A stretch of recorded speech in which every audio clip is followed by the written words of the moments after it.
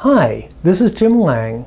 The next series of videos will concentrate on Roth IRAs and Roth IRA conversions, and we will tie that into why Roth IRA conversions are such an important strategy, either with the existing law or perhaps more likely with the pending death of the stretch IRA law.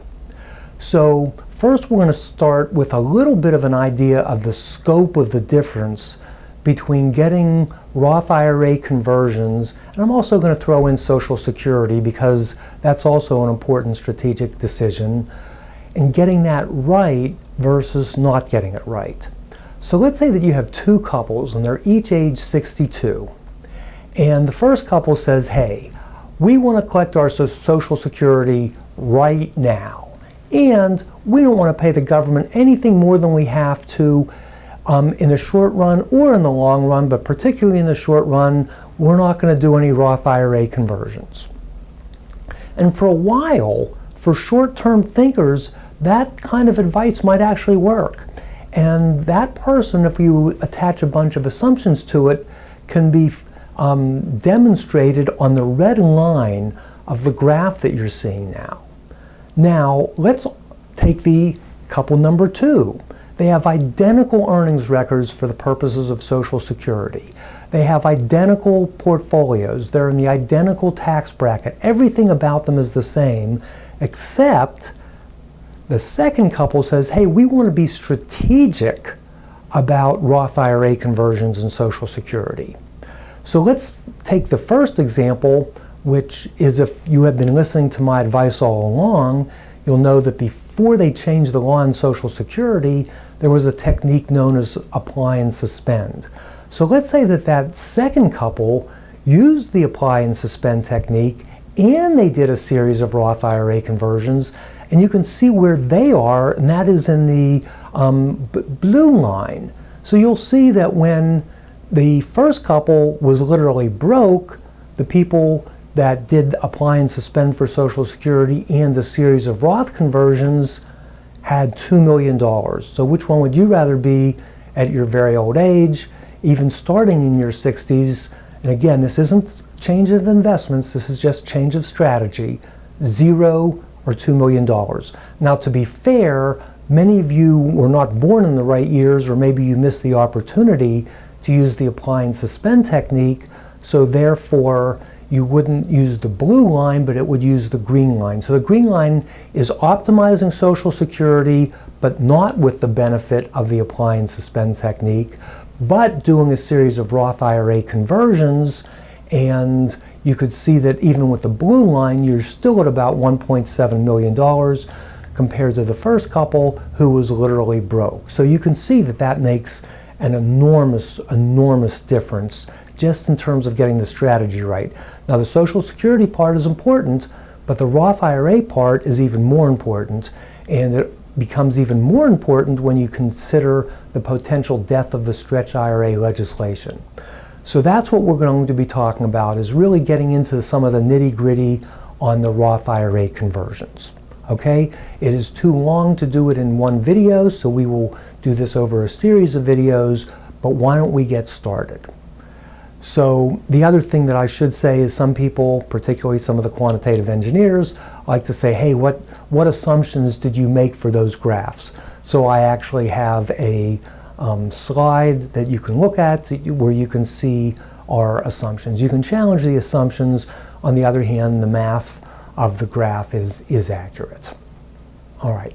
So now let's get to the essence of a Roth IRA conversion. So what the heck is a Roth IRA conversion, and how does it work? Well, let's think of a farmer. So a farmer, let's say that you give a farmer a choice and you said, okay, Mr. Farmer, if you like, we can go with the existing tax structure and you get to deduct the cost of your seed. But when you reap the harvest, you have to pay income taxes on the entire harvest. All right? That is kind of like a traditional retirement plan where you deduct, or a 401k or a 403b, where you deduct the contribution to the retirement plan, Hopefully it grows over many years, and at some point in the future, either you or your heirs ultimately make withdrawals, and you have to pay taxes on the whole amount, or in effect, paying taxes on the harvest. All right? On the other hand, what a Roth IRA is it says, okay, you don't get to deduct the cost of the seed, but the good news is when you reap the harvest, you don't have to pay tax on the harvest. So which one would you rather do? Would you rather deduct the cost of the seed and then pay tax on the harvest? Or would you forego the deduction for the seed, but you get the harvest tax-free? Well, the second one, where you don't deduct the cost of the seed and you get the harvest tax-free, that is the essence of a Roth IRA. Now, we'll talk about Roth IRA contributions in a further video, but the real opportunity, an enormous opportunity for many, many people listening here, and I would say the majority of the people that I see that tend to be in their 60s, sometimes older, and have sometimes most of their money in their IRA or their retirement plan. But the essence of a Roth IRA conversion is when you are taking a certain amount of money that you have not yet paid taxes on. Let's call it a plain old IRA. And before you have to, you actually pay income taxes on that money. Before you have to, and you're paying taxes on that money, presumably from, let's say, a brokerage account or money from outside the IRA. So what do you get after taking a plain old IRA and then paying taxes on it? Well, then you get a Roth IRA. Well, gee, does it really make sense to do that? Well, what are some of the advantages of the Roth IRA? The Roth IRA will grow income tax-free for the rest of your life, the rest of your spouse's life, and given existing law, the rest of your children's and grandchildren's lives. So again, you're paying taxes on the seed, but either you, your spouse, your kids, or your grandkids, they're reaping the much bigger harvest, all tax-free, okay? As a bonus, there's no required minimum distribution for the IRA owner. So with a regular IRA at age 70 and a half, technically April 1st of the year following the year you turn 70 and a half, you must start taking minimum required distributions and paying taxes on them from your traditional IRA. With your Roth IRA, there is no minimum required distribution for you. If you then pass and leave it to your spouse has no minimum required distribution.